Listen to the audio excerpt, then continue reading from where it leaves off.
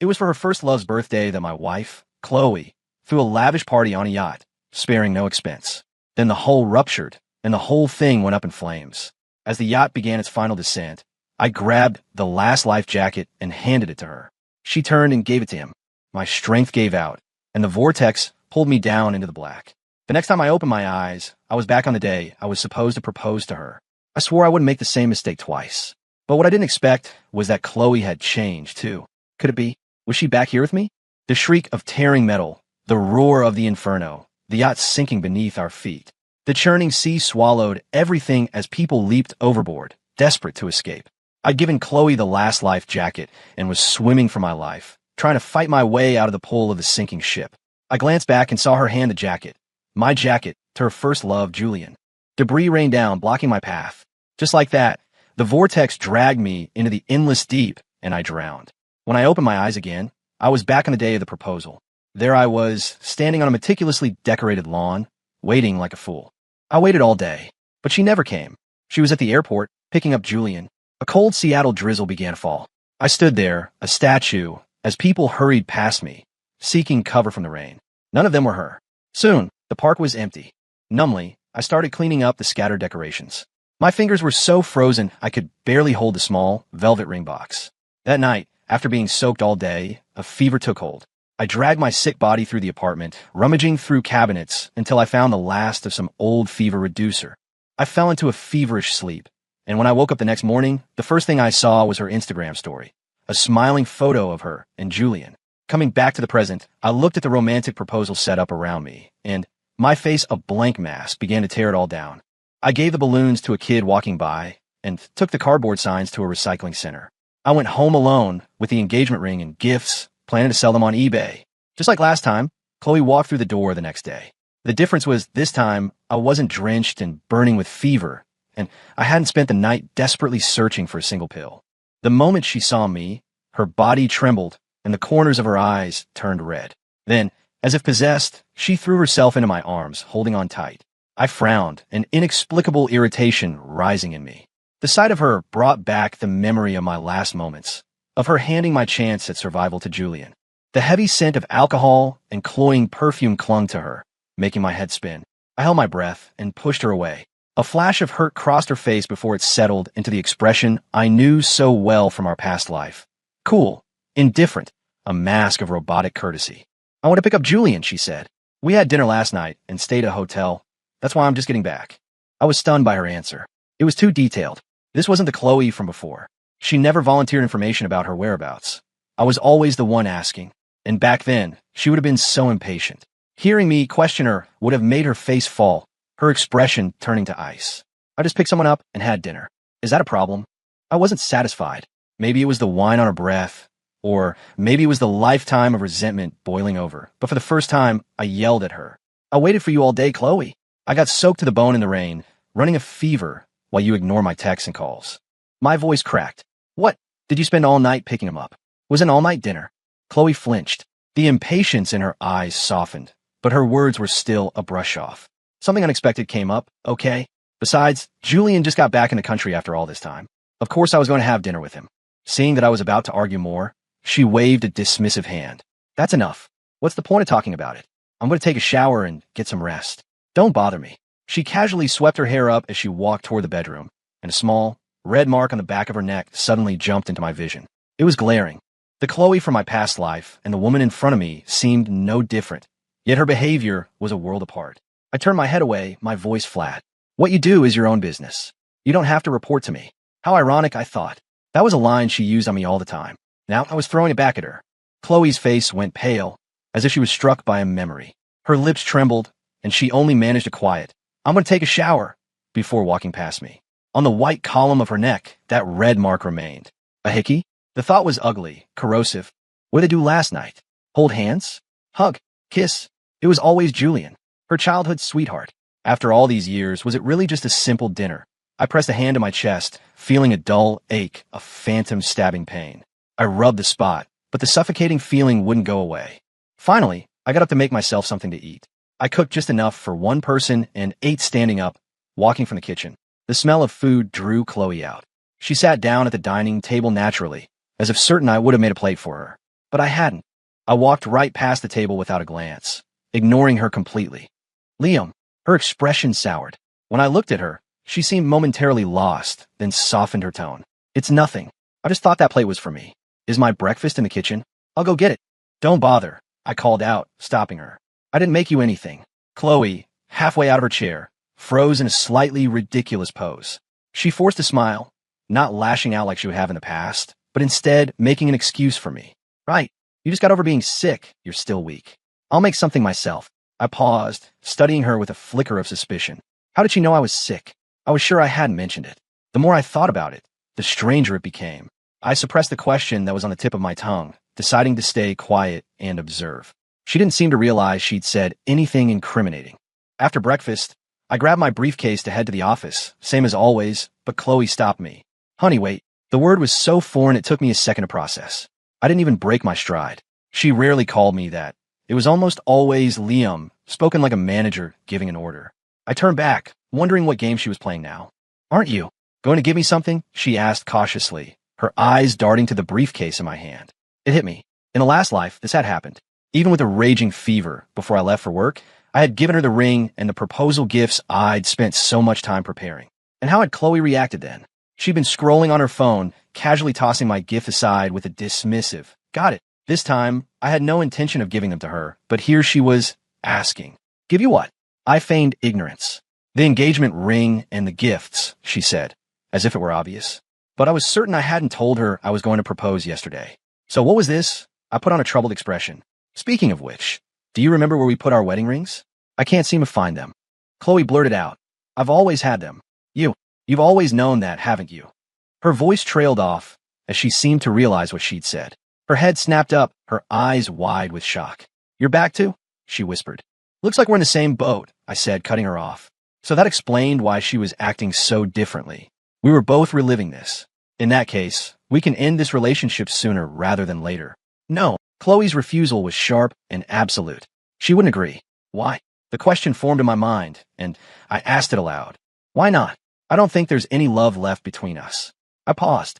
And besides, our debts have been settled. Settled? What's settled? She shot back, her voice rising.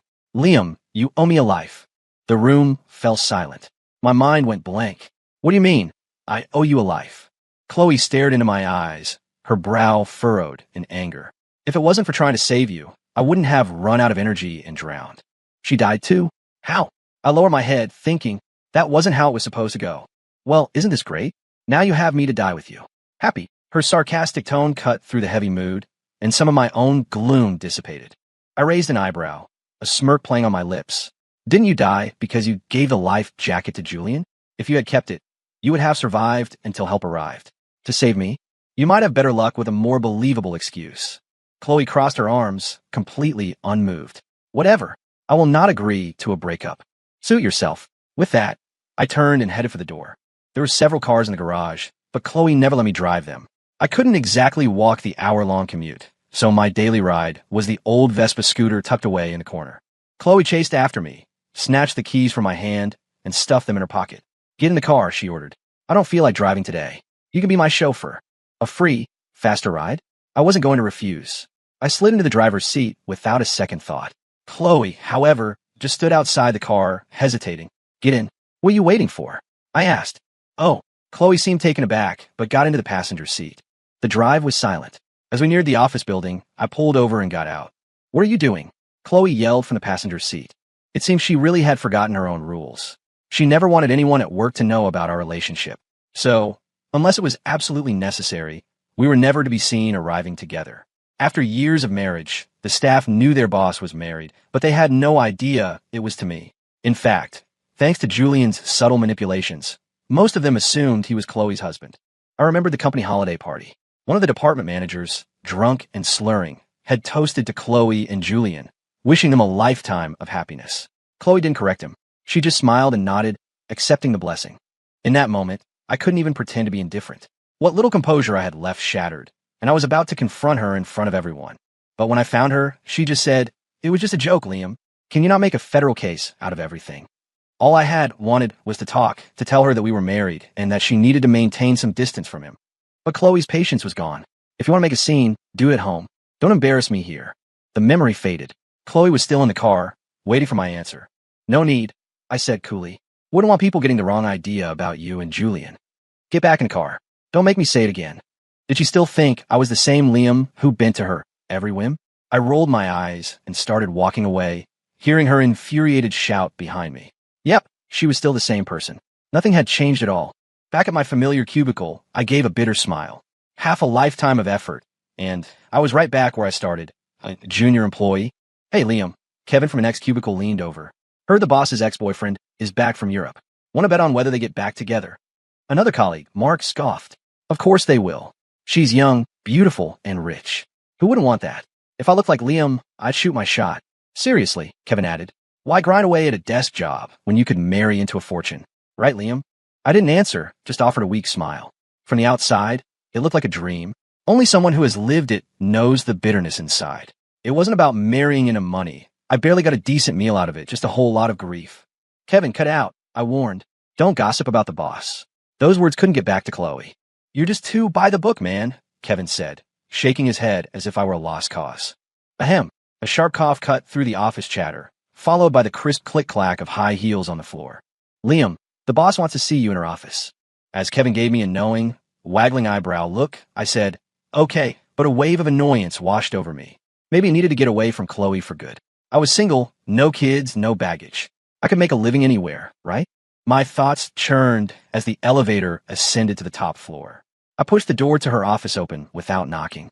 Chloe was standing with her back to me, staring out the floor-to-ceiling window, lost in thought. Hearing the door, she turned around slowly.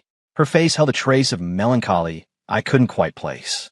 For a split second when her eyes met mine, I thought I saw a flash of relief, but it was gone as quickly as it came. You're here. You needed me for something? I asked. Her expression soured.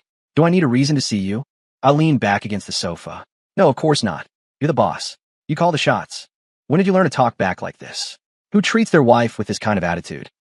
Yeah, I shot back, turning the question on her. And what kind of wife treats her husband like a dog she can summon and dismiss at will? I just don't get it, Chloe. Since we've both been given a second chance, why aren't you off cherishing your time with Julian? Why are you still bothering me? You have all the time in the world to be with him now, and I'm willing to step aside. So why are you clinging to me? It doesn't even have to be Julian. You could snap your fingers and have a line of guys waiting for you. The smile on Chloe's face slowly faded. She bit her lower lip, her voice trembling. You want to push me off on some other man? My face was a hard mask as I stood up from the sofa. If that's how you want to see it, I can't stop you. I threw her favorite line back at her. Only this time, I wasn't the one who got stung. Her eyes welled up with tears. I watched her coldly, offering no comfort, and turned to leave. Stop, she cried out. This lifetime, you will never, ever get away from me. Not unless you find something that can pay back the life I lost. Why should I have to pay it back? I cut her off, my frustration boiling over. When you fell off the yacht, I was the first one to jump in after you. To keep you alive, I gave you the last life jacket. And what did you do? You turned around and handed that chance to live to Julian. The memory of what I saw before I died was a sharp, physical pain. It hurt so much that the air I breathed felt thin and useless. I went to save you right after I gave it to him. I froze. They were simple English words, but for some reason, I couldn't understand what they meant. Julian can't swim. After I gave him the jacket, I was going to find you. But then I saw you get pulled into the vortex, and my mind just went blank. I swam closer, trying to pull you back, but I could only touch your fingertips. The vortex got bigger, and it pulled me under too. Chloe's emotions spiraled, and she seemed trapped in the memory, unable to escape. The air grew heavy, and the vast office was filled only with the sound of her quiet sobs. Knock, knock. A sharp rap on the door shattered the atmosphere. Ms. Davenport, Mr. Vance is here. The door swung open, and a cheerful voice filled the room. Surprise. Darling, it's been a few hours. Did you miss me? He stopped short when he saw me. Hello, I'm Chloe's boyfriend. Before I could say a word, Chloe panicked. Julian, what are you talking about? Darling, I came back to win you over again. I'm just getting a head start on the title. Julian looked at Chloe with an air of absolute confidence, of someone who knew he couldn't lose. Chloe's face flushed a deep red. It looked like she was blushing, but her tone soured the impression. She was furious. Julian, if you keep this up, we can't even be friends. She then turned to me, her eyes holding an almost pleading look that stunned me. She was capable of looking at someone like that? I thought her default setting was imperious and aloof. In our past life, we'd had our peaceful moments. When we first got together, We were like any other couple, happy and in love. But as time went on, and the realities of our lives set in, the massive gap in our statuses became impossible to ignore. A chasm opened between us, filled with endless misunderstandings and fights. Julian's return only threw gasoline on the fire, leading us to a bitter end where neither of us even had a body left to bury. Liam, could you step out for a minute? Chloe's voice trembled, as if she was struggling to keep herself together. I nodded without a word and turned to open the office door. Just as I was about to leave, she called out to me again. Don't listen to a word he says. Out in the hallway, I leaned against the wall, a storm of emotions churning inside me. With the history they had, they would probably get back together, wouldn't they? I closed my eyes and took a deep breath, trying to clear my head of the chaotic thoughts. Liam, Chloe's voice came from the office.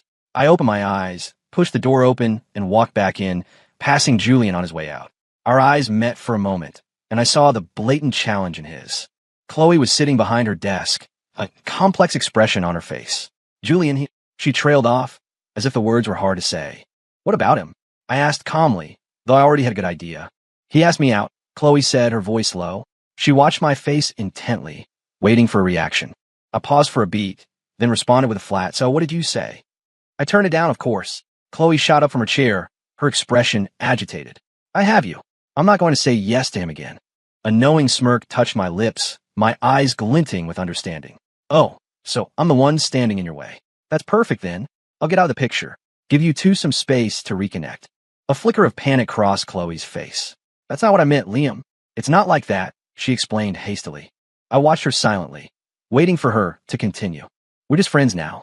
That's all we'll ever be, she said, her voice steadying. You know who I really love, don't you? The person you really love. Huh. The word was pure sarcasm on my tongue. It's not him, so it must be me, right? A glimmer of light appeared in Chloe's eyes, only to be extinguished by my next words. Funny, I never felt any of your love. It felt more like how you treat a pet. No, I corrected myself. Less than a pet. At least a pet isn't just summoned and dismissed on a whim. Is that all you felt from me?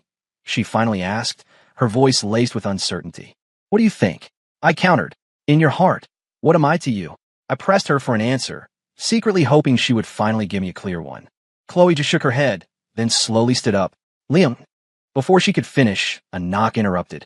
Ms. Davenport, it's time for the meeting. Her assistant's voice came from outside. Chloe's expression immediately turned serious. I know. I'll be right there. She turned back to me, her eyes wavering. I know I was awful to you in our last life, but there were reasons for it. If you want to know, I can explain everything. Think about it, and let me know after work. Chloe gave me one last, deep look before grabbing her files and leaving. The office was suddenly, unnervingly quiet. I stood alone in front of her massive desk, mulling over the hidden meaning in her words, replaying her expression and the way she looked as she walked away. I let out a long sigh and went back to my cubicle. Ignoring the gossipy stares from my colleagues, I buried myself in my work. After hours, I was still sitting at my desk, my mind racing. Chloe's words echoed in my head. She said there were reasons, but for the life of me, I couldn't imagine what they could be. I had to admit, though, I was curious.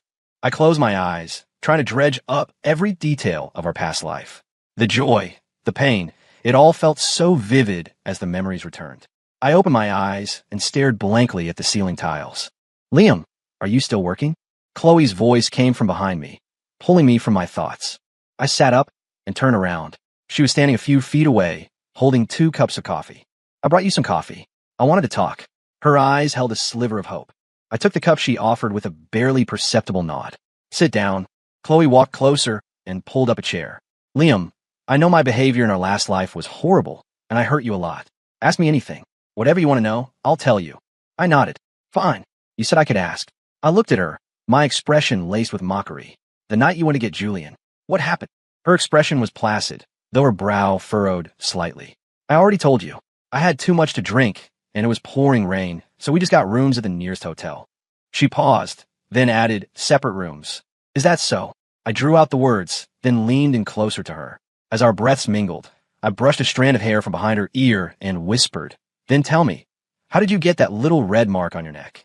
The faint blush on Chloe's cheeks vanished instantly. She instinctively touched her neck, a confused look in her eyes. What red mark? She pulled out a compact mirror, twisting to see the back of her neck. I don't know. Maybe a spider bite. I raised an eyebrow. I wasn't buying it for a second. Fine. Then tell me about what happened before we died. Tell me how a high and mighty princess like you ended up sacrificing herself to save a worthless life like mine. Chloe's frown deepened, but she simply parted her lips and spoke. After I gave you the life jacket, my first thought was to get it to Julian. He can't swim, and I couldn't just watch him die. I figured you were a decent swimmer, that you could hold on for a little while. There was a piece of wreckage floating nearby, and I planned to grab it and come find you, but her voice broke, and a mist formed in her eyes, slowly gathering into tears. I turned around, and I saw you being pulled into the vortex. I was so scared. I was terrified I was going to lose you. My mind went blank. All I could think was that I had to grab you. She seemed trapped in the memory, unable to escape, her breathing becoming ragged. Chloe, calm down. I snapped back to reality, urging her to breathe, to stop thinking about that moment. I'm right here. I'm okay. Those few minutes felt like an eternity. Thankfully, Chloe slowly came back to herself. I wanted to tell her to stop, but she was fiercely determined to continue. I was so close. I almost had you, but then it pulled me down too. It's ridiculous, isn't it? I lost you, and I lost myself. I wonder who got all our money in the end. I looked at her, a complicated mix of feelings churning inside me. I wanted to say something, but the words caught in my throat. I know I did a lot of things wrong in our last life. Her tone shifted, and she looked at me with an affection I couldn't comprehend. Liam, you might not know this, but a long time ago, I cared about you. So much. I was just too arrogant. I always thought I could control everything. I used the wrong methods, the wrong attitude, and it led us to that horrible end. It led to tragedy. But this life, she said, her eyes full of sincerity, I want to make it up to you. So, Liam, will you give me that chance? Seeing my hesitation, she didn't press for an answer. I know you probably don't want to agree right now, but I'll use my actions to make up for everything I did to you. I'll prove it. Our conversation that day ended quickly, and just as she promised, Chloe began to change. In every way, she was different from the woman I knew before. It was like our roles had been reversed. She started treating me the way I used to treat her, and it felt incredibly strange.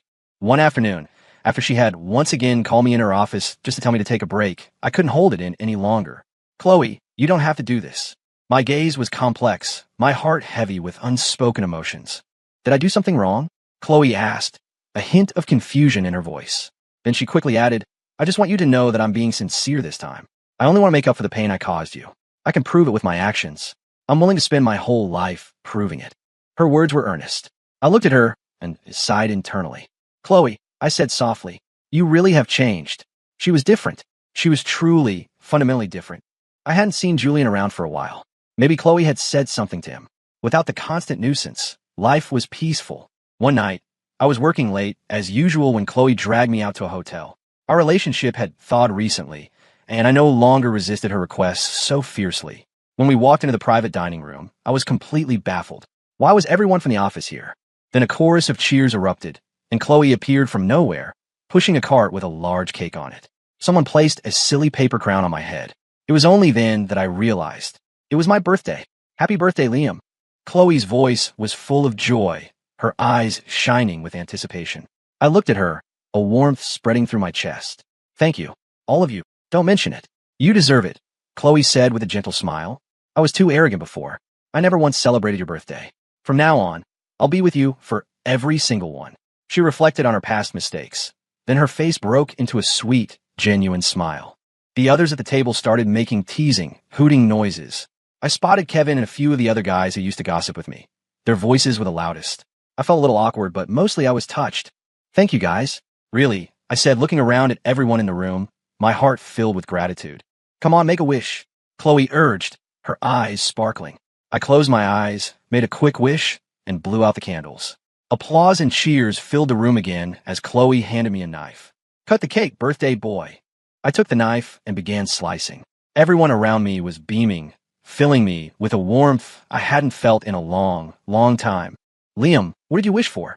Chloe asked, her curiosity shared by everyone else at the table. If I say it out loud, it won't come true, I replied. Chloe pouted but didn't press the issue. Fine, if you don't want to say, then let's just eat cake, she announced with a laugh, and the festive atmosphere kicked into high gear. Try this, Chloe said, handing me a slice of cake. I took a bite, and the rich, sweet flavor filled my mouth. Is it good? She asked, watching me expectantly. I gave a small nod. Yeah, it's very sweet. Delicious. It was the kind of flavor she would love. As I said it, I knew she wasn't just asking about the cake. She was asking how I felt. This was her way of trying to atone for the past. I looked at Chloe, and she was looking right back at me. Our eyes met, and for a second, it was like a jolt of electricity passed between us before we both quickly looked away. Maybe she was too happy, but Chloe drank a lot. Later that night, with help from some colleagues, I managed to get her on my back and carried her out the door under a flurry of meaningful glances. I carefully settled her into the car, making sure she was secure before getting into the driver's seat. Outside, the night was inky black, the streetlights hazy in the misty air. I started the car and pulled away from the hotel. Inside, Chloe was quiet, her breathing soft and even. I kept glancing over at her, my feelings a complicated tangle. Liam. Her voice suddenly broke the silence. I turned to look at her and saw her eyes were half open, as if she were fighting to stay awake. What is it? I asked softly, trying to keep my voice calm. Thank you. Her voice was slurred, but the sincerity was unmistakable. For what? I asked, confused but unable to stop myself. Thank you, she mumbled, for being willing to give me this chance. After that, she fell back asleep. A warmth spread through my chest, and the corners of my mouth turned up into a smile. The car moved through the night, and the moon, once hidden by clouds, peeked out. I rolled down the window, letting the fresh air fill the car. The smile on my face was effortless. For the first time in a long time, I felt light.